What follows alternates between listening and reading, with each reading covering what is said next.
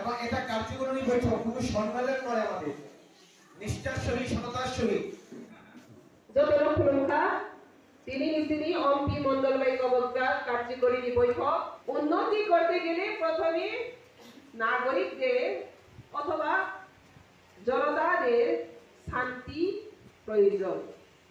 তো আমরা দেখেছি 25 বছর কমিউনিস্ট যুগে খুনি দর্শনে যত মামলা হচ্ছে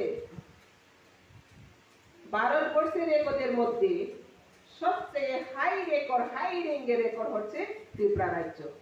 রেপ কেস, মার্ডার কেস, যে সোসাইটিতে বা যে দেশে বা যে রাজ্যে রেপ কেস হচ্ছে, মার্ডার কেস বেশি পরিবারে যাচ্ছে, সেখানে সবচেয়ে দেশ হোক বা সমাজ হোক পিছিয়ে আছে, সেটা প্রমাণিত হয়।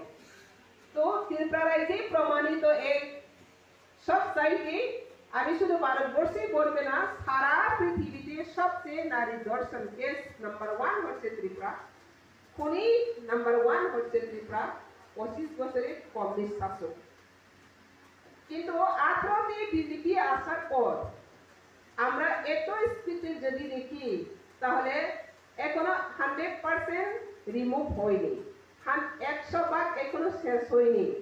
25 বছরে যা বীজ রোপণ করেছে 4 বছরে তা রিমুভ হওয়াও সম্ভব না, কিন্তু 80% রিমুভ হয়ে গেছে, আর 20% বাকি আছে।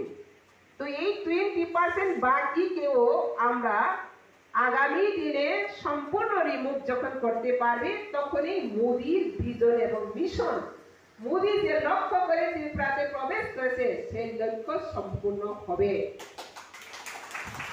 সেজন্য আমরা 2023 আনেওয়ালা 2023 আমরা এককভাবে আবার আমরা সংখ্যাগরিষ্ঠতা সাইন করে শান্তি বাতাবরণ 100% গঠন করার জন্য আমরা দায়িত্ব আছে এবং চেষ্টাতে থাকতে হবে। আজকে কার্যকর্তা বৈঠকের মূল মন্ত্র এটা।